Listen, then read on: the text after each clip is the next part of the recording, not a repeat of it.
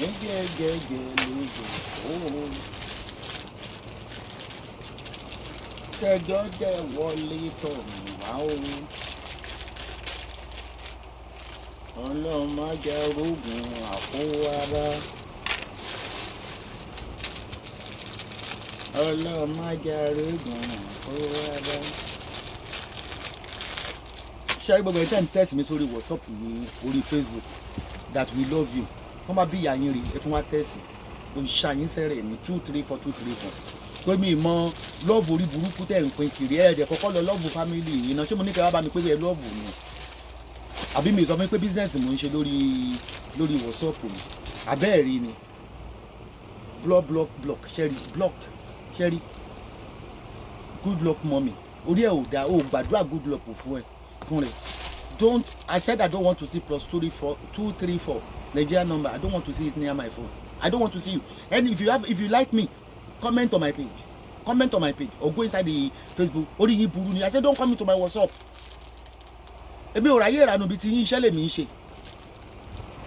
Ṣé mo ní ẹ kí mi ni? Ẹ gbọ́ pé mi ì tí ì rọmọ tó kí mi láàrọ̀ pé good morning mommy. Mo sọ pé mo ń wọ ọmọ ní kílẹ̀ ń kí mi lórí WhatsApp fún. Ori yín dàrú ni. Ọlọ́run má jẹ́ rógùn àkówárá. ẹ ń bá gbójú ẹ̀ jáde lè dúró fún lẹ́sìn tó jẹ́ ẹlẹ́mọ̀mọ̀jà rogun àkówá bá yìí òun ló gbẹ́jọ́ wá bá mi ìwọ ló gbẹ́jọ́ wá bá mi ìwọ ló gbẹ́jọ́ wá bá mi ṣé ó kébì ní ìṣe wà réyàn sọ̀pọ́ọ̀tì wọlé mi ò mọ̀ sọ̀pọ́ọ̀tì bí ẹn kọ́kọ́ wá yànyàn náà ọ̀rọ̀ fún yín ẹ kàn fẹ́ kí n play fídíò Kàsálí ni Kàsálí Ògbúrú Ọ̀gbàrà tó pé ó ní pé kí Sọjí ó kù àjọbú mi àti Sọjí èmi àti Kàsálí àjọbúra wa ní ẹ bọra lè wé mi òun náà sì rí orí èèyàn mọ́lẹ̀ 2 gé 4 tí ẹjọ́ tó gbé mi délé ẹjọ́ mo fi evidence hàn yín tó yẹ mi rò pé mo ti béèrè jù èmi ò ṣiṣẹ́ blogger tèmi ti kọjá wọ́n ní wọ́n pé and again ìtí mo fi ní ọmọ evidence wà bó ṣe pé mo sẹ́ndì owó sí ẹ̀ńgbà kan mo ní ọmọ evidence wà ó rẹ̀ evidence yẹn múlẹ̀ lónìí ó dẹ̀ lè keep receipt glasses ó lè fi receipt glasses hàn àbí bẹ́ẹ̀ kọ́ ó lè fi receipt glasses hàn àbó ó lè fi hàn jẹ́ kí orí ẹ̀ ó pé búkì gbogbo wèrè ló ní ò lároma o wèrè ló ní ò ní aroma ìwọ tó mọ̀ pé ó gbẹ́jọ́ wá bá mi sọ ò lẹ́fídẹ́ǹsì ebi ń ṣiṣẹ́ rádaràda iṣẹ́ rádaràda ni tí bọ̀ kíní jẹ́ kí n sọ fún ebi ò lè forget n tó o ṣe ni torí ngbà yẹn náà mo bí ẹ léèrè ẹ sábọ́ọ̀dù sẹ́ńdì owó kókó lọ pààyàn mo ní kó mú púrúfù ngbà yẹn náà ò ní púrúfù mo ṣe bí ẹ léèrè pé kó mú púrúfù wá john bá sanwó sàkáǹtì ẹ rí mo ní kó mú púrúfù wá ìyẹn ṣe wá dẹjọ́ tó ní mo tún ti ń gbìjà Genesis ó fẹ́ ẹ̀nà gẹ́lẹ́ tó ò bá na Genesis pa ìyá láyé ẹ̀kọ́ lójú ẹ̀ ọmọ àlè gẹ́sẹ̀ nìyẹn tí ò bá na Genesis kò láǹdì lọ hospital ọmọ àlè tó bá jáwọ́ kó bá mẹ́nu kó lù bí ọ̀rọ̀ Genesis ò ní rí bá ti ṣe ò ní rọ́nà gbogbo ṣé Genesis lórúkọ mi ni àbí mi mò ń jẹ́ Mrs Genesis bí wọ́n ló ń jẹ́ Mrs Genesis ò bá na Genesis pa alálàlálá ò bá na Genesis pa wúgàgà wúgù mi ìmọ̀ tó ń kó kọ̀ bànújẹ́ fún ẹ oníwọ̀nranwọ̀nran elépo gbígbóná lára onígẹ́lọ́sì ìsọnù oní mental problem ó yẹ kó lọ check ẹ̀ sí psychiatric home oní real mental problem ìwọ tó fẹ́ báyàn jà ó ní enough proof ó ní voice note ordinary voice note ó ní so ti Kàsálí tó ní ṣe mo ní proof jẹ́ n play voice Kàsálí fún ẹ nígbà tó kí mi tán nígbà tó máa jáde tó lójú ọ̀hún pòyì Ògbúrú Ọ̀gbàrà mo fún lẹ́sẹ̀ àjọ jà ní mi àti ẹjọ́ jà ní irọ́ lòun pa Bukky Jesse ó mọ̀ jalè o anyway fi ké wọ́nà gbogbo ẹ̀ bá dé jẹ́ kí orí ẹ̀ pé bí mo ṣe wàyẹ tó ń lo sórí Olúwa dára sí mi tóbi lọ́la fún mi beauty world ló ní àkáǹtì yẹn ó lọ́gàn lórí àkáǹtì yẹn lójú mi lẹ́kọ̀ọ́ mo ṣe ń fún lẹ́sì máa tẹ̀wọ́ fún mi beauty world máa gbé sórí tébù máa nẹ́ pẹ́ẹ́pẹ́ẹ́pẹ́ máa nẹ́ babaláwo ọkọ ẹ̀gàn ò ní lè gbà yìí ẹ jẹ́ kó rí yín pé o ebi ò kò sí tó kọ́ mi pẹ̀lú fake profile o tó yẹ èyí tó ṣe ẹ́ ni wípé o fẹ́ kí Genesis du ẹni Bukky o fẹ́ náà rẹ̀ sọ́nà o lè tó fi kọnu sí Àpèkẹ́ póun fẹ́ yí pé kí wáyé tí o fi kọnu sí ẹ obsession ló ń ṣe ẹ́ kò ní nǹkan kan ṣe pẹ̀lú fraud tí Genesis ń ṣe kéèsì fraud ẹ̀ lèmi ń sọ kéèsì doctrine ṣẹlẹ̀ tí ó bá ṣẹlẹ̀ mú mi sọ ṣé gbogbo tó ń sọ tó ń jáde lẹ́sẹ̀ ó ń kébi odi tó ń jáwé sí lẹ́nu jẹ́ kí orí ẹ̀ ó pé má kásà gẹ̀rẹ̀ yọ pé mi ò pè ẹ́ yí láti jẹ́ tó ti sọ pé o fẹ́ pààyàn 28 mi ò pe nọ́mbẹ̀ ó pè mí gbà bá dé gan mo rí miss call ẹni ò gbé ni ohun tí bá tó pè mí ní last weekend tó rojọ́ Genesis fún mi jẹ́jẹ́ mo jókòó wọ́ ló fọ̀rọ̀ lọ mí kí ló mẹ́pẹ̀ kọ́ mọ́ bọ̀ dá sí afẹ́ ìdásí pa dídá sí ní nǹkan kí ló dé tí mi ṣe go against mọ́ṣúárì TV tó ń ṣe kéèsì Genesis because ó ní fat nígbà tí mo dẹ̀ sọ pé kọ́ dáwọ́ fún ẹni tí mọ́tò pa ó ní wọ́n fẹ́ fọgbọ́n wá sọ́dọ̀ òun wá sọ́dọ̀ ẹ̀ náà ni ẹ̀tọ́ fìdí pa pọ́ọ̀sì mọ́ nítorí pé mo mú rí pẹ́ tí bú Genesis láti jọ ṣé mo bá yín dá sí mi báyìí bọ́ fún ẹ̀ ló pè mí tó wá rojọ́ bẹ́rí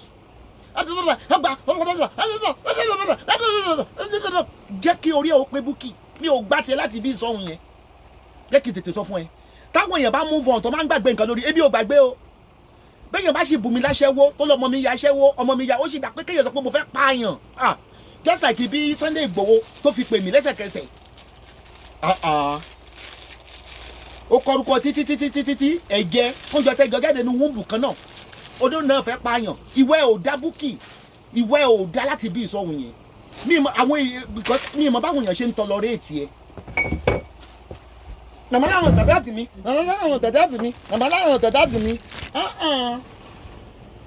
ṣé mi ò forget ẹ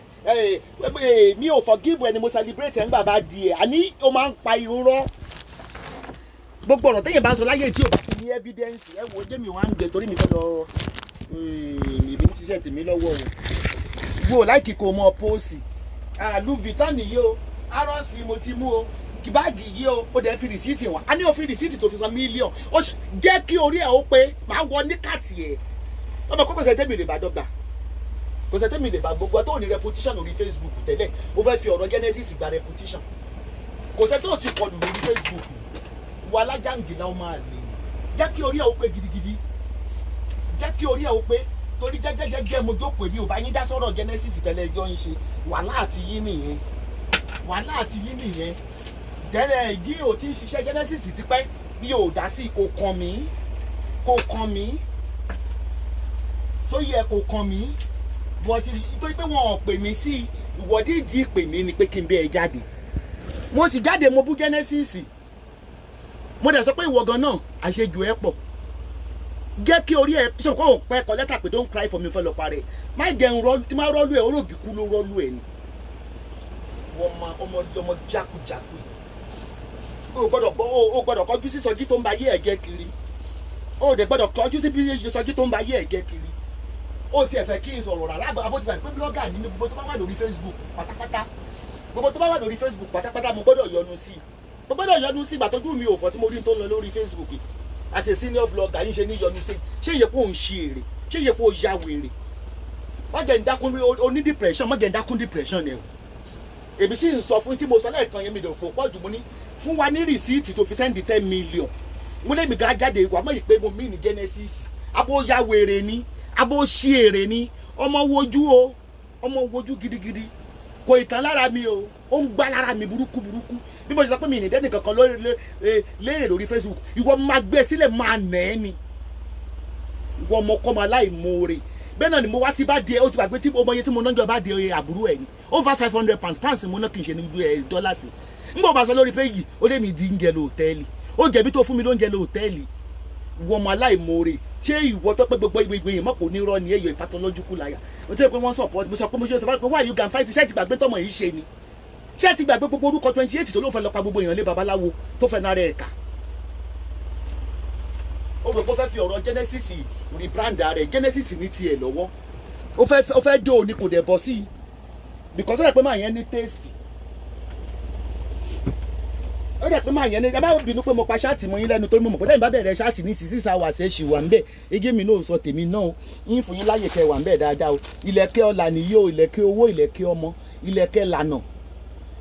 ṣòye yín even gbọ́ngbà tí DK wà bá mi sọ̀rọ̀ last week nípa pé mọ́mí iṣẹ́ ìfẹ́ káwọn ṣiṣẹ́ Genesis ni mo ní why not if not ẹ lè ṣiṣẹ́ Genesis opinion tèmi lèmi ń sọ wípé Genesis ti wu àwọn ìwà kan tí ìbínú Ọlọ́run wà lórí ẹ̀ àbí wèrè ni ẹni ṣé èpò ń ṣe èrè bó lè yóò ṣe fún yẹn ní 10 million tí ò ní pépà receipt ẹyọ kan báyìí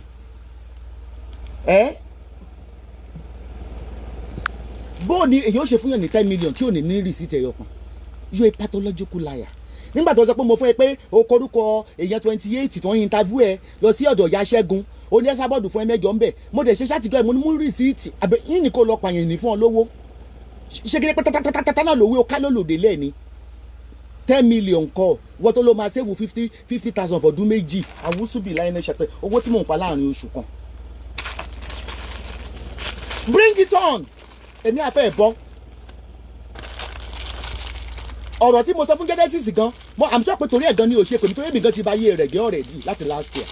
ibi gan ti bá yé rẹ̀ gẹ́ already ibi ló ti ní sáyìn pé mo ń support Genesis tí má ṣe wá support ẹ̀kọ́ kí ni babaláku baba rẹ fẹ́ dà kí ni babaláku baba rẹ fẹ́ dà gbogbo ìgbà tẹ́yìn ya fọ́tò tó ń fi ọyàn rọ́ọ̀bù Genesis nǹkan bọ́bọ́ jẹ́ lóun ṣe tẹ́sí òun kò lè dún ẹ. káwá wá níwọ ni kí lórúkọ ẹni tó gbé ẹjọ́ tó sìn wá ẹ̀gbọ́n tó sìn káwá níwọ ni ó mọ̀ jíjáde fún tí mo sọ fẹ́ gbọ́n tó sìn wípé kí ló dé tẹ̀yìn expose tó sìn rántí èbú ọjọ́ ọ̀la Ọlọ́run fún yín lọ́mọ value ní gold ni olówó ń wọ́ ọmọ yìí gan wọ́n rí ọlọ́lá ń wọ́ ọmọ yìí gan wọ́n rí ṣé ìwé mi mo dá tọmọ mẹ́rin fúnra mi wọ́n sì dákẹ́ wọ́n dákẹ́ Genesis ò lè du ẹwọ́ ugly àbúrò pé fáyìn ni kádúpẹ́ lọ́wọ́ make-up ó dàbí ìyó onírú ebi dá poli jẹ́ kí orí ẹ̀ kó pé Bùkálá ọmọ Giba Jesse jẹ́ kí orí ẹ̀ kó pé bó ṣe sọ pé àwọn tí wọ́n tó ń jáde fún ẹ kọ́ fún ẹ ní proof èmi ní proof iṣẹ́ tí n bá ń ṣe bẹ́ẹ̀ bẹ́ẹ̀ play yẹyi fídíò Kasali máa play rẹ̀ nígbà tó kébì kọ́ ló lọ ti ṣáàtì wípé àfi tí bàbá Sọjí tí ìmọ̀ pé lórí burúkú Sọjí pé àfi tó bá bẹ òun pé wọ́n máa fi pé ó máa dínkù nínú ọmọ ẹ̀ síbí yẹn mo jáde fún èmi àti ẹjọ́ búra wa ni ìgbà kan ló sọ wípé ṣé ènìyàn ìrẹ̀kẹsẹ̀ gí ní ẹbọra lónìí kò ní dá fún yàrá yẹ lọ́nà ọ̀run ó ń ṣe èrè ló yá wèrè ni wojú o iye ò dàbí tàkọ́kọ́ o bí bá ní pé mi ò dá anybody ló lórí Facebook bíi ti ẹ kọ́ o màmá láwọn ò forgive ẹ àwọn máa lè lò ń forgive ẹ àwọn máa lè lò ń forgive ẹ àpòrò ọmọ ni tako ni àwọn máa lè lò ń forgive ẹ wọ́n máa forget wọ́n kàn forget ni mo sọ pé bẹ́ẹ̀ bá tiẹ̀ bá Genesis jà atrocity Genesis pọ̀ gan ó ń gbáyàn 419 ní scammer ni ẹ wo bọ̀ kí n ṣọmọ lẹ́yìn gátagàta yẹn ètè òkè òkòkò bó ti sàlẹ̀ ẹ̀mí á bọ́ sórí ọ̀rọ̀ jẹ́ kí orí ẹ pé Bukky ọjọ́ tètè mú mi lọ sọ́dọ̀ ìyá Ṣẹ́gun àbí kò ní tán nínú gbá oṣù.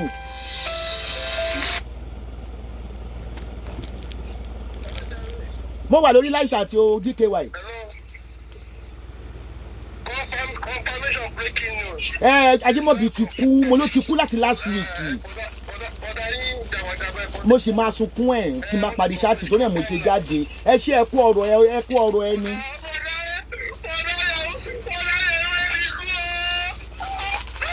ó ní mo ń sọ DKY ìgbà tó sọ pé ọ̀rọ̀ Genesis pé bí ṣé mi ìfẹ́ ká ẹ ṣe ni mo ní kí ló tẹ̀ fi lè ṣe. ìwọ ó sọ̀rọ̀ ọ̀rọ̀ rẹ ò clear ó sunkún gan kò clear ó jẹ́ kó lórí fóònù. ìwà àti Bukky ló yẹ kẹjọ lọ fẹ́ ra yín atala ń tolo tó ló ń tala.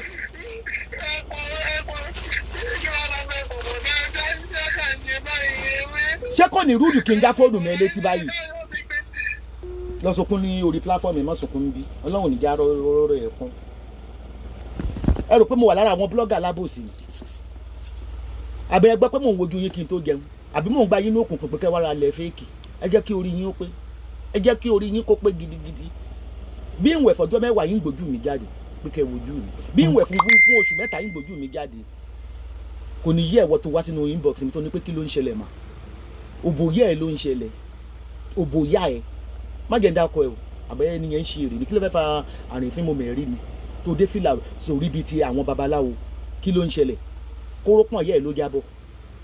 obìnrin náà mọ̀ ní kóró òbò jẹ́ kí orí ẹ̀ ó pé gbogbo yẹn ló fẹ́ ó ti mọ̀ pé mo ní ìwé mi ló kọ́kọ́ wá rojọ́ fún kí ló fẹ́ kí n ṣe mo dẹ̀ bá bọ̀bọ̀ yẹn wí ṣé mo ṣe ń ṣiṣẹ́ Genesis ni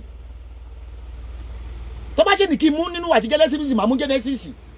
Apanimáyọ̀dà nìyẹn ìwọ tó mú orúkọ lọlé babaláwo ìwọ ẹlẹ́yẹ ìyẹ́ ẹlẹ́yẹ kí ló ṣe tó lè pàtẹ́wọ́ yẹ́ ẹlẹ́yẹ ẹ̀mí èṣù jọba nínú ẹ̀ ẹ̀mí èṣù burúkú ó dẹ̀ ń fàdíwọ́ dènà nínú ayé ẹ̀ kó lọ yí padà ìjọba ọ̀run kù sí dẹ́dẹ̀ bíkádì Genesis ń dún ẹni kò ní líle tó yìí kí ló dé Genesis délé odólé odó tán odólé odó tí bó ló nípa lára rẹ̀ ti fi ń kan yọ ṣé tipátipá ni. mo ti blọọkì oníkéwú orúkọ kéwú yẹn mo ti blọọkì kán lọ síbi tí wọ́n ti ń ra viewers kan lọ́ máa ṣe kéwú tó ń wálé ayé wá ṣe kán lọ́ máa ṣe. èmi ò ráyé òṣì o ẹ má pè mí sí nọ́nsẹ́ǹsì yìí o torí mo ti ní mi ò ní dá sí mọ́ o ẹ má pè mí sí nọ́nsẹ́ǹsì mi gẹ́gẹ́ mo jókòó tó pè mí o gẹ́gẹ́ mo jókòó bí àṣẹ́gẹ́ bí ọlọ́rọ̀ kí o ronú tó pè mí o pẹ́ sábọ́ọ̀dù òfin bẹ̀ o rò pé mi máa ń dájọ́ ẹ̀bí èmi ò dájọ́ ẹ̀bí èmi ń dájọ́ ẹ̀bí o gbẹ́jọ́ wa o sì jẹ̀bi o kájọ́ o jẹ̀bi. You are just jealous of that man and his wife. Genesis wà diabolical o, kò wà diabolical o, kí ló lọ bá a fún? Aláǹtẹ̀ǹṣàn, wọ́n ní gbẹ́gẹ̀rẹ́, ńgbà wọ́n ní gbẹ́gẹ̀rẹ́, wọ́n dẹ̀ mí ní kíní kan ta ló rìn ẹ́ níṣẹ́. Ó ní mental problem for you. Ó gbádùn. Ó gbádùn. Jẹ́ kí orí ẹ pé má ṣe wọ́n lọ́dọ̀ mi o. Orí mi sì ń gbá fún jà o, orí mi ń gbá gidi ni. Ìjà ṣe wù mí ìwọ tó tún ṣẹ̀rí ìwọ tó tẹ̀sí mi láti Nàìjíríà yẹn tẹ́ bá ti tẹ́ ìmọ̀ fi wò orí ẹ̀ burú ṣé mi sọ pé kẹ́ má honorable I don't fucking care block you are block don't come inside Facebook is for social media it's a social news don't ever in your life come inside my WhatsApp ewé ni mò ń tà àti ilé. Mo ti block ẹ máa block ìwọ náà ní ìsìn ẹ mú mi dáadáa ń Dublin but I'm going to block you now tó mo ti warn ẹ so many times tó pé pàdé mi ní ẹ ọ̀rẹ́ Gaddafi dẹ̀ ní ẹ mo ti ní iye máa ju block ní ní forúkọ yẹn máa wọlé mi ò ráyè rè gbé because you cannot differentiate between social media àti iṣẹ́ èèyàn this my phones are for my work if you have any information.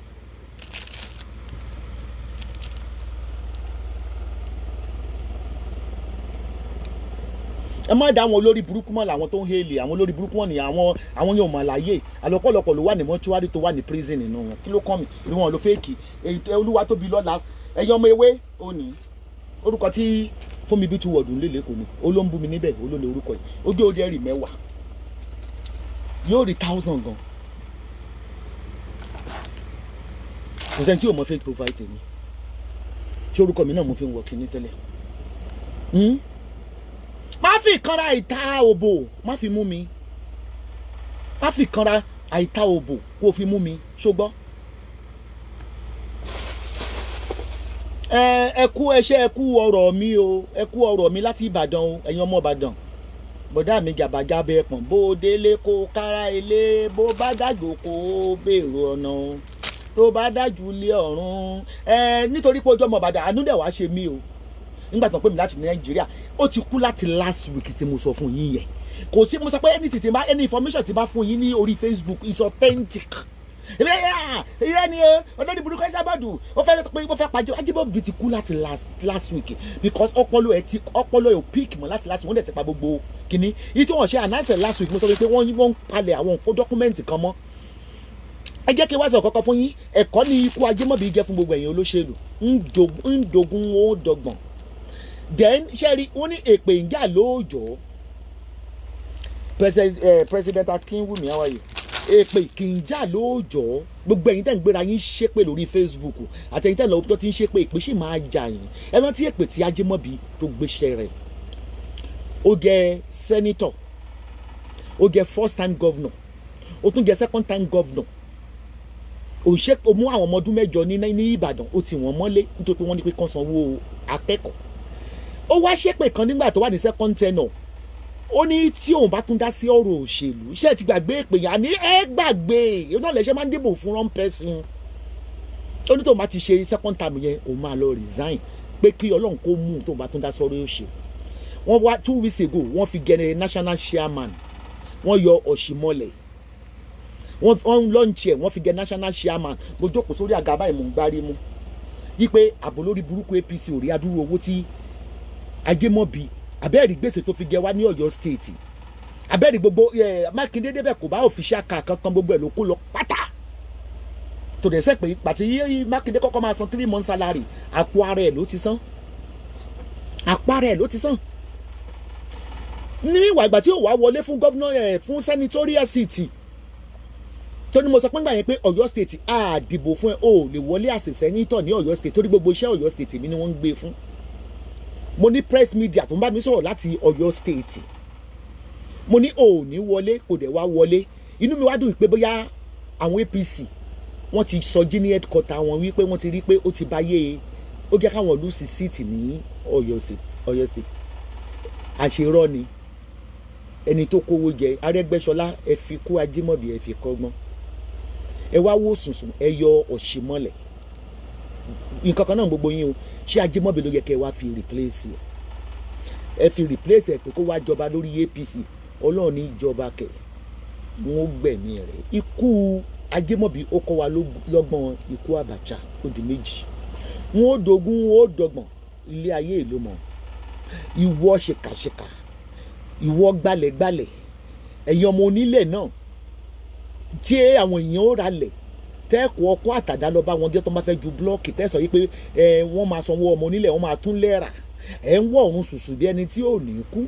ẹ ti gbà pé ẹ̀mí wa yìí ó kéré ju èèrà lọ bọ́dì wa kàn tóbi ni ẹ̀mí wa ó kéré ju èèrà lọ ẹlẹ́mìí lè béèrè rẹ̀ at any time tí Ajẹ́mọ́bí tó rírì ò bá dàrú ni ó máa jìyà lọ́rùn bí orí rẹ̀ ọ̀bọ̀ ta ló sọ pé wọ́n sọ̀rọ̀ òkúrú ní burúkú ẹsẹ̀ sọ fún ọ pé Sábọ̀dù ló sọ ń burúkú ẹ jẹ́ kó kú rẹ̀ kó wá họ́ǹtì ni kí ló ṣó fẹ́ de Elédùmarè ni ó ti kó ìnáfowó jẹ látàyè UTC ó ti kó ìnáfowó jẹ ó ti yẹ gọ́vnà lẹ́ẹ̀mejì ó yẹ kó lọ resign so gbogbo ẹ̀yin tẹ́ ń recycle bọ́lá òun ṣe béèrè ẹ̀mí tiyín náà nù àwa ò lè pa yín o káléèyàn ló pa ní ìsìn wọn nípa wọ́n protest o wọ́n pa o nǹkan kan Ọlọ́run tó ní àṣẹ lórí ẹ̀mí èèyàn kó o jẹ́ àrọ̀ mi olóògùn ibi tí Ajímọ̀bí ní oògùn dé ó ń gbẹ́bọ síwájú governor's house kó o jẹ́ àrọ̀ mi gbàgà olóògùn yóò wọlé gẹ́gẹ́ bí olè lóru yóò sì mẹ́mí rẹ̀ lọ ó wá di pé kó o wá sọ pé ikú mo máa gbé ẹ lọ kóòtù ikú ò ṣe gbé lọ kóòtù ó ti kú láti ọjọ́ tí mo sọ fún yín ló ti kú mo kàn ń wò yín ní tí wọ́n sọ pé nǹkan kan ṣẹlẹ̀ báyìí àbẹ́yà ọba kìnnìkan àbíyàwó ọba kìnnìkan wà láyọ̀ tẹ̀ǹtì tí mo máa ń gbé fún yín kákan fi ẹnu adákẹ́ ni ká fi ẹnu adákẹ́ ni. so wẹ́rẹ́ ni ikú máa wọlé ikú ó pe èmi yóò pa èmi yóò pa ìwọ tó ń gbọ́ mi yóò pa olówó yóò pa tálákà ọ̀run kan náà ni gbogbo owó wa ń lọ mo ju fọ́tò kan sórí wẹ́bsáìtì ní ìsìn fọ́tò yẹn wọ́n bẹ̀ mí ní last week ní ìbá ti release ẹ̀ nígbà tó ń scan brain ẹ̀ tó ń rí i pé brain ẹ̀ ti dead but ẹni tó send ẹ̀ sí mi ní Ọ̀yọ́ state sọ yí pé wọ́n á mọ̀ pé òun lòún send ẹ̀ bó ṣe ṣàwájú kínní ẹ wò ó níbi ìgbà tó ti kú ẹ wò bó ṣe rí lórí machine tó gbé sí ó wá kú bọ́ bá wá ṣe eré bí ò ṣe eré ó kó òun àtẹlẹ́dùmarè báyìí gbogbo ẹ̀yin tẹ́ ń fi ebi pa àwọn ènìyàn ní Nàìjíríà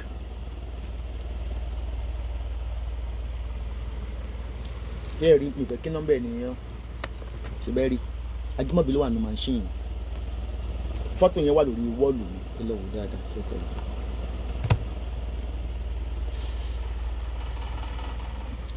ilé ebi òun wá iṣẹ́ ẹ bá tó ní kálukú bá ṣe nílé ayé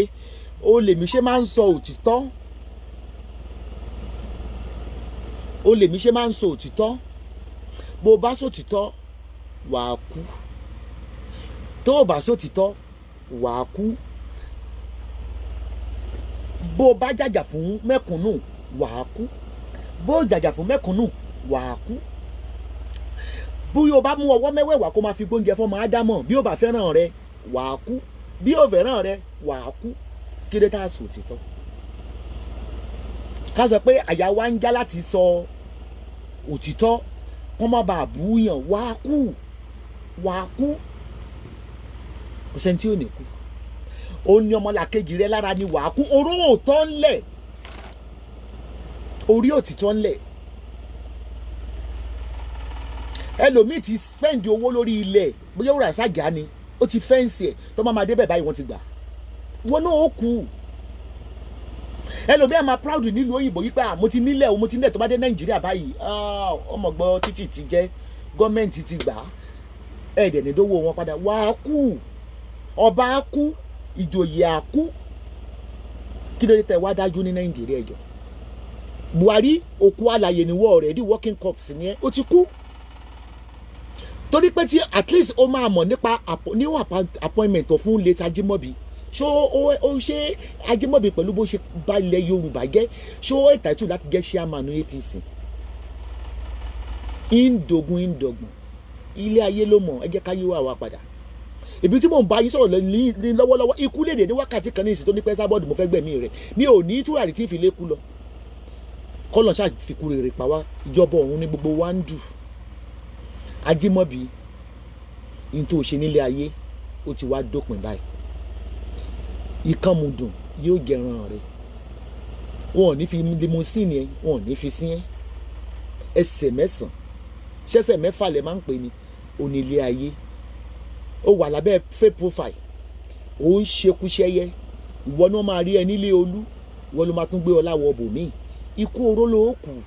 ikú oró ni. Ara ẹ ló ń tàn ò tàyàn kankan. Gbogbo ẹ̀yin double face, ara yín lẹ́yìn ṣe èèyàn kankan. Irú àwọn èèyàn bẹ́ẹ̀ wọn kì í ní láárí láyé tó ń pè ní ṣekúṣẹ́yẹ. Wọ́n ní ṣàìsàn láàrin ajé ní mú ní pẹ̀kọ̀rọ̀. A ní ká ẹ sọ̀rọ̀ pé yà ń jẹ yín, ẹni kan mọ́ pa yín. Tó o bá wá jáde tọ́kadà pọ̀ ńkọ́? Tó bá wá jáde tọ́kadà pọ̀ ńkọ́? A ní ká ẹ jàfẹ́ tọ́ yín, ẹni wọ́n pa yín. Tí o bá wá jáde tó lè wá àbí tó pàdé kú lójú ọ̀nà ńkọ́? Àìlèjà ni máa ń sọ yí pé oyè bàbá mi ò débí. Àìlèjà ni. Kí ló dé? Gbogbo àwọn ajẹgúdújẹrá Nàìjíríà kí ló dé tẹ́ ẹ̀ panu papọ̀? Ẹnìkan ò lè ṣe é, èmi nìkan ò lè ṣe é. Èèyàn mẹ́wàá kọ́ ló lè ṣe. Tẹ́ ẹ bá jáde ní ẹgbẹ̀rún tẹ́ ẹ̀ ń wọ́ kiri, ṣé wọ́n fẹ́ pa gbogbo ẹgbẹ̀rún ni? Wọ́n á lísìn sí yín. Ṣé nígbà tẹ́ ẹ pariwo nípa ti bọ́ọ̀ì lọ́mà yẹn, ṣé wọn ò gbà padà tẹ̀yẹ wọ́n tún fowó kún owó rẹ̀ torí pé ẹ pariwo ni? Ọmọ ṣe ń sọ wípé gbogbo speaker pátápátá ẹ lọ get a life. Individual ò matter. Ìdájọ́ individual ò sí lọ́wọ́ yín. Àwọn ajẹgúdújẹrá tó wà lókè ọ̀hún. Ǹjẹ́ mọ̀ pé coronavirus ó ti pọ̀ káàkiri ní Nàìjíríà? Fumigator gan wọ̀ràn. Coronavirus ti pọ̀ Nàìjíríà gan, ó ti lé ní, according to report, ó ti lé ní 30,000. Oná ló sì pa Ajimobi, ló jẹ́ kí brain ẹ̀ dead. Nǹkan kan tó wá yẹ kẹ́yìn mo expect látẹ̀dẹ̀ ṣẹ́ ìjọ tẹ bá tún rí tẹ bá tún fi oògùn halẹ̀. Ẹ̀yin olóògùn dúdú, táyé yín ò bá fẹ́ polúkúmuṣu, tẹ́ ẹ bá fẹ́ kí coronavirus kó pa gbogbo ọmọ yín pátápátá, gbogbo ẹ̀yin tẹ́lẹ̀ gbágbára lé ayé lọ́wọ́. Ẹ̀yin ọyẹ ọ̀gàlàǹtà, ẹ̀yin olókìkí òru, ẹ̀yin olè, ẹ̀yin ẹni òfò, ẹ̀yin ẹni àdánù, ìbànújẹ́ kó máa dé bá gbogbo ṣìkàṣìkà ilé ayé. Jẹ́ pé gbogbo oníbẹ̀mí náà bá jẹ́ ṣèkà, ṣe pé mo ti sọ mọ́ra mi. Ẹ jọ̀ọ́, oògùn kalẹ́ ní, oògùn ìkàlẹ́ ní tẹ́ fi lè bá tènìyàn jẹ́. Ayé ara yín ni ó sì mọ bàjẹ́ ní dédé ọ̀wọ̀ mi mo ṣe ń sọ̀rọ̀. Ayé ara yín bẹ́ẹ̀ bá ti ń lù báyìí, orí yín ni yóò ti mọ dún, yóò dùn lórí ọmọ yín, yóò dùn lórí ọmọ yín. Iṣẹ́ yín ó di ìbàjẹ́ mọ́ yín lọ́wọ́. Ẹ tọrọ gẹ́dẹ̀wú rẹ̀ gẹ́lẹ́gẹ́lẹ́, ẹ dé àgùntàn jẹmọ̀jẹmọ̀. Àṣẹ Olódùmarè. Nítorí pé kí ni? Ẹ máa ní respect our culture. Òrìṣà wa o, òrìṣà wa o, Yorùbá lóríṣà o, Benin lóríṣà o. In tó ń ṣẹlẹ̀ lọ́wọ́lọ́wọ́ àjàkálẹ̀ àrùn ni. Nígbà tí Yorùbá ń jẹ́ Yorùbá, bẹ́ẹ̀ bá ti ṣètùtù, á wọ́ kúrò ní Nàìjíríà.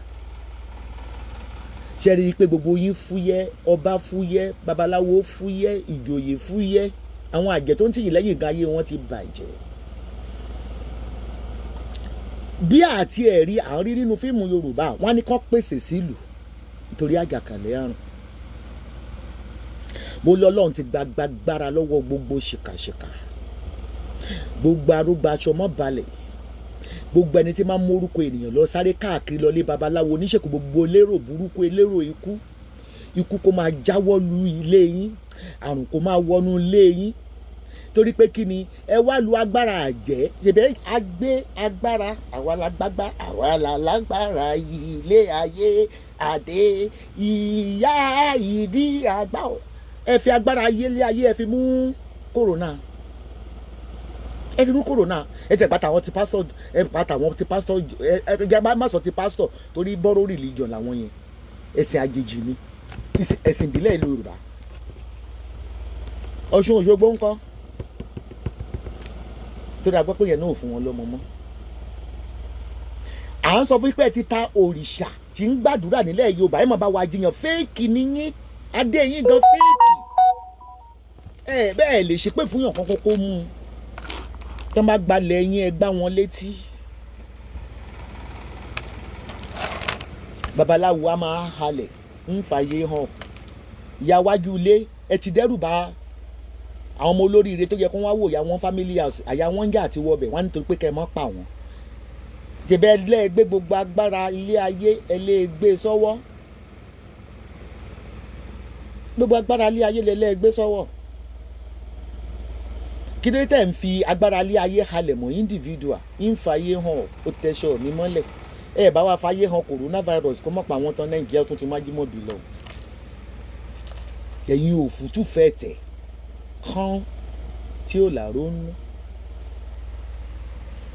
Bẹ́ẹ̀ bá gẹ̀gẹ́kújẹ tẹ́ fẹ́ pín ara ènìyàn, ara yín á pín. Òfò lómi ẹ̀fọ́ ṣe, òfò lẹ́ẹ̀ṣe. Ibi ti ṣí àwọn èèyàn, mo ti jáǹsì fún wọn.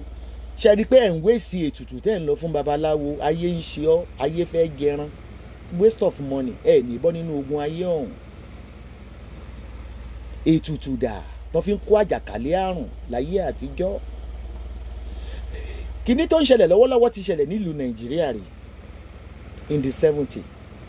ní ayé chicken pox tó ń pa ọmọdé tó ń pa àgbàlagbà. Ètùtù ni wọ́n ṣe sílùú, wọ́n lu agogo pé wọ́n fẹ́ rúbọ sí orúgun mẹ́rin ibodè ìlú. Àjàkálẹ̀ àrùn sì wọlé lọ, ojú ti babaláwo. Ìbẹ́yìn náà sọ wípé ẹ̀sìn àjèjì ní Kírísítẹ́nì, ẹ̀yin tẹ́ ń ṣe ẹ̀sìn àjèjì tẹ́ ẹ pera yín ní ẹ̀sìn ìbílẹ̀. Coronavirus máa yóò wọnú ilé yín, yóò pa yín tọmọtọmọ, gbogbo ẹ̀yin níṣẹ́ òkùnkùn, adé ògo ológo, adé ọyọ aláyọ̀, abaniláyọ̀ jẹ́, ikú òjijì máa pa yín. Àbí mo ti ń ṣépè, nkú dáko èèyàn, nkú dáko èèyàn, tí mo dáko èèyàn, ìdáko èèyàn, àbí mo ti ṣépè. Gbogbo ẹnikẹ́ni tó ń dènà ẹni tó fẹ́ gbàlú òyìnbó tẹ́ ń dí gbogbo ọ̀nà rẹ̀. Ìwúmọ̀ kan pé mi lánàá ló ń sokó lórí fóònù láti UK, gbogbo pé tó ń bá ti dáwọ́ báyìí pàpàpàpà ni òfo ló ń já sí, òfo ló ń já sí. Mo ní kọ́nà rẹ̀ kó o lè lọ bí gíga ni, kò sí nǹkan kan. Gbogbo ẹni tó ń jẹ́ kí gbogbo ìgbẹ́kẹ̀lé àwọn ènìyàn mọ́ já sófo, bọ́n bá kówó jọ yóò bàjẹ́. Coronavirus yóò bó ṣe pé kó rákòrò kó gba tọ́lẹ́ẹ̀tì wọlé, ó máa wọnú ilé yín lọ, á pa yín tí kò ń tò gbóró, á pa yín tí gbòǹgbò tí gbòǹgbò.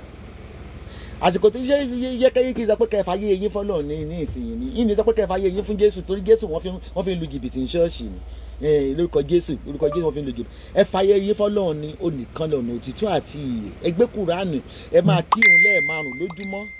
Kò ká kúlù fún gbogbo ẹ̀yin tẹ́ ń tẹ̀sí mi yẹn, ká kúlù fún yín. Wà á fà ó mọ̀ láyà o lórí Messenger mi, ká kúlù fún. Iná ń jó ògiri òṣè. Àní gbogbo oore tẹ́ ẹ ti gbọ̀n dànù.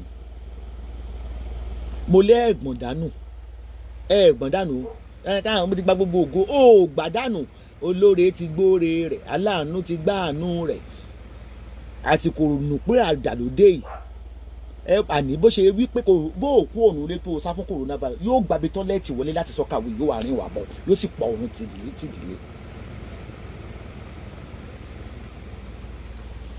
Ilé ayé dùn. Bá a ṣe wà ní coronavirus lọ́pọ̀lọpọ̀ tún ṣiṣẹ́, ẹ tún ń fò lọ ṣèpàdé láti bá yé èèyàn jẹ́. Ayé tó pé wọ́n ti sọ di isolation tẹ́lẹ̀, ẹlòmíì tuntun bá yé èèyàn jẹ́ pé kán tẹ̀ má rí Indomie gan kán má rí fún. ìwọ obìnrin ìwọ ọkùnrin tó ń gbọ̀mí tó wà ní occultic power ó jẹ́ èmèrè ni ó jẹ́ babaláwo eléégún ni aláwọ̀ ọ̀pá oníṣàkè alágẹmọ aládùúrà ni tó ń jẹ́ elépè ìmáàmù ṣèyíkì tó jẹ́ pé pupa àti dúdú ni ọ́ ọlọ́run ò ní jẹ́ kó pẹ́ jìnnà ní ọwọ́ lọ́wọ́ bí àjàkálẹ̀ àrùn ṣe ń jà kó máa pa yín kó tulé yín kó pọ̀ mọ́ yín kó pa gbogbo tẹ́ ẹ bá dáwọ́lé yín dákọ̀ àjẹ́ ẹ mọ̀ràn ju mọ́ mi kò ní yé yín ẹ pidán ọwọ́ yín. Òrìṣà ní kábọ̀ káfẹ́sìn sílẹ̀ o òrìṣà ò lè mú coronavirus ojú ti olórìṣà ojú ti olórìṣà funfun àti olórìṣà dúdú pupa lápapọ̀ ojú tí yìí òòṣà ti lọ ṣe é rí pé ṣìgìdì tẹ́ gbé kalẹ̀ tẹ́ gbójúlé alẹ́nu máa lè fọhùn tẹ́ gbójúlé Jésù ń kígbe ẹ wà máa wọṣọ funfun kú lórí Facebook ẹ di gbogbo lẹ̀kẹ̀ funfun kíní kan àlẹ́ a ní ìfẹ́ rí láti mo fún yín lóṣù kan ẹ bá òrìṣà sọ̀rọ̀ ẹ pidán fún òyìnbó ṣé gbogbo kálẹ̀ ti mú coronavirus ní Nàìjíríà báyìí Amẹ́ríkà gan ó pè yìí pé ká bá wọn fò òrìṣà lé lọ òrìṣà gan àti coronavirus wọ́n ti lẹ̀ pọ̀ òrìṣà wèrè wo lẹ̀ ń bọ̀ òrìṣà wèrè wo lẹ̀ ń bọ̀ òrìṣà funfun lẹ̀ ń bọ̀ funfun tí ò lè mú coronavirus àní mi ò lè bú pásítọ̀ torí pé lórí burúkú làwọn yẹn ti wọn bọ́rọ̀ religion làwọn yẹn prophet and prophetess bọ́rọ̀ religion làwọn yẹn àwọn ò lágbára èyí wọ́n fẹ̀yìntì àlẹ́yìn olórí ìṣàǹkọ́ à ń ṣọdún olóòlù ẹ mọ́ jáde o bá mi olóòlù obìnrin ẹ wo olóòlù ẹ wò fàyà ẹ̀yin àgẹ́tẹ̀ ìlú sẹ́dọ̀ mi tó kọ̀ kó ṣe nǹkan kan bọ́ǹbù lọ̀rọ̀ mi ní máa ń táyàn náà lára ni. wọn rà alágẹmọ o alágẹmọ ò dẹ̀bá mórìṣà òrìṣà yín ti di tọ́ì Allahu Akbar ọba kan ṣoṣo lánàá lónìí àti títí ayérayé Allahu Akbar Allahu Akbar ó nìkan lọ́nà òtítọ́ àti ìyè ṣọ́ọ̀ṣìsì ò lè gbọ́ bí ṣọ́ọ̀ṣìsì kan bá gbé tó bá fẹ́ dé ṣọ́ọ̀ṣì yín wò ẹ jẹ́ nǹkan yín lọ́gbọ̀n kan kẹ́mẹ̀ pé kò sọ ọlọ́run ṣọ́ọ̀ṣì tẹ̀ ń lọ ẹni testimony ẹ̀kan pariwo láàrin ṣọ́ọ̀ṣì mi testimony tẹ́ bá gbé microphone bá mi dúpẹ́ rú ọlọ́wọ́ ọlọ́run mo lọ sọ́dọ̀ dọ́kítọ̀ láwọn wọn ní mo ní coronavirus mo fẹ́ kẹ́ ẹ gbàdúrà fún mi wàhálà ìpásọ̀ ojú window ni ó gbàsà ṣọ́ọ̀ṣì ó tù ká ní ádàbígbà tí wéèrè wọjà irú ṣọ́ọ̀ṣì ń túká lójú mi lágbàlá àtùràrí lọ́dún náà nínú di ATC bàbá àgbàlá àtùràrí nítorí kálukú bá ń tà kó mú wá ṣọ́ọ̀ṣì ẹlú kó lu yẹn ẹlẹ́ran lọ́ràn yàn mẹ́ran wá ó mú okun rẹ̀ wọlé nìyẹn ń ké mẹ́ẹ̀ láàrin ṣọ́ọ̀ṣì yìí mẹ́ẹ̀. alákọ̀wé mú pẹ́ẹ́nì ìyá ìbádé ló bá gbé igi òun wọlé àṣàmọ́là ní ń tà ẹ bó ṣe yọgi báyìí wèrè wọn rò pé wọ ṣọ́ọ̀ṣì túká ẹran gan jápa nígbà tó rí igi bí yà ń ṣe yọgi láàrin ṣọ́ọ̀ṣì ní ẹ̀dọ́ ẹ̀dọ́ sókè báyìí igi bá everybody fọ́n ká ni ọmọ yẹrí òkú ń bọ̀. à ń tanra wa jẹ kò sí mo ní tẹ́ ẹ bá bìlí pé kò sí oògùn àwọn náà ti ṣe rí oògùn ló lọ́jọ́ kan ìpọ́njú bá ba ìpọ́njú nẹ́. ẹ̀ńtàgbìn bá ti búlọ́ọ̀kì wọ́n ti búlọ́ọ̀kì àwọn ọmọ reason tó fi búlọ́ọ̀kì wọn gbogbo ẹni tó bá ti lọ ń bú mi lọ́hùn yẹn ẹ má wà bí wọ́n máa búlọ́ọ̀kì yín ẹ máa wò mí látọjú wíńdò èrò ẹ má sọ pé èrò èèyàn lẹ́fẹ́ èrò lèmi ní ìgbé èrò ni ọjà níbí ẹ wá nájà wọ́tọ́jà rẹ bá sì ti pin tó ti wọ inú ìrọ̀lẹ́ ayé á gẹ̀ẹ́sì kólóbó ta ni bí mo jáde 10 times èmi ní viewers àbí bí mo ṣe ń jáde náà mò ń ra viewers ayé yín ti polúkú mọ̀ so ẹ̀yin gan ò lè ṣe mọ́ wò mí orí yóò fọ yín bẹ́ẹ̀ bá wò mí Ọlọ́run nìkan ni ẹ ké pè ṣọ́ọ̀ṣì ń dákàdánwò yín ni ń dákàdánwò yín mo ti sọ ẹ̀yin dáhùn ojú Ọlọ́run fọmọ tẹ wà Nàìjíríà ẹ mọ́ pè mí o mo ti sọ ń tẹ̀lé mọ́ ọ lò mo ti fún dárúkọ ewé fún yín lánàá wàláì gbogbo ewé ló ń ṣiṣẹ́ rere ní iye ewé ní sọ̀rọ̀ ẹ gbogbo ẹ̀yin ọmọ ẹ̀yin Nàìjíríà tán bẹ́ẹ̀ iye òta weight bracelet wọ́n ń tà káàkiri Facebook ẹ lọ bá wọn ń bẹ̀ bọ̀dẹ̀ rántí wípé agbára lèmi ńlò tèmi tí mo fi ràn níṣẹ́ mi rán wọn níṣẹ́ ní iṣẹ́ tá a bá sì ràn kọ́ lọkọ̀ gbọ́dọ̀ jẹ́ bí n bá ti gbọ́ my hands are blessed with the blessing order go to www.esabospiritualhelp.com ara yín nǹkan ara ń ta yín ó wà lórí www.esabodspiritualhub.com. ẹ lọ sí health session, ẹ máa rí stinging and crawling in the body. Stinging and crawling. Master key. Give me now, master key. Àwa ti ewé fún ẹ̀wò gbogbo ọmọ ewé tọkàntọkàn olódodo mo ti bá yín ti corona. Ẹ pé anti-clockwise mo fi kọ́kọ́rọ́ ń tì kí n tó sùn ni. Mo ti pani sínú aginjù. Mo wá ń bá yín ṣí ire sọ́dọ̀ yín, mo ń ṣí ire sọ́dọ̀ yín clockwise. Ní tó sọ̀rọ̀ láàárọ̀ mi lè ṣe kí n má lo kọ́kọ́rọ́ láti fi ṣe ire ọjọ́ kó lè ṣe fún mi. Má pè mí láti Nàìjíríà mi ìtajà lọ́nà. Mo wọ́ọ̀nù yín máa blọ́ọ̀kì yín o, kó má dé báyìí pé mo rúdò ní ìtajà Nàìjíríà. So gbogbo ẹ̀yin tẹ́ ní pé ká bá yín gbé ọjà yín báyìí DHL PAP kíní kan mí ìmọ̀ye tó máa gbà tán bá wí ẹ̀. Ẹ má wọ̀rí ọjà yìí ti wà posted, ó lè lóṣù méjì kó tó dọ́dọ̀ yìí, especially Canada kálá ní báyìí wọn ò sọ pé ká má post ẹ̀, wọ́n ń gbà lọ́wọ́ wa bọ̀ tó ń pẹ́ kán tó rí gbà. Àmọ́ tí ó kékeré ẹ̀ náà dẹ̀ wà, kékeré ẹ̀ wà fún ẹni tí ó bá fẹ́ gbé gbangba yìí sọ́wọ́, kékeré ẹ̀ wà. Mo ní wá sọ fún yín ni o, torí àwọn tó máa ṣe ṣáàtì wọ́n bá ti bọ́ sórí ṣáàtì ní ìsinyìí tó ń dá wa lára ayá. Ẹ ṣé gan ni o, ẹ ṣé mo dúpẹ́ o. Ebi gan Genesis ò tí ì bọ̀ nínú pánkẹ́rẹ́ mi. Ordinary receipt la ní pé kó o mú wá tóun ká ló lò receipt bó lè yẹn ń ṣe fún yàn ní mílíọ̀nù tí ń ṣe receipt. Ebi ò fẹ́ rọ́ n tó bá tó mọ̀ sọ pé o tó wọ́n má jẹ́ ń kó 50,000 jọ láàrin ọdún méjì. Ìjọ tó sọ kí nìyẹn náà mo lanu pé ó lè tó yẹn ni, ó lè tó yẹn ni. Ẹ ṣé o, bó ṣe rí nu ẹ jẹ́ n fi yín lẹ̀, ẹ jẹ́ n fi yín lẹ̀.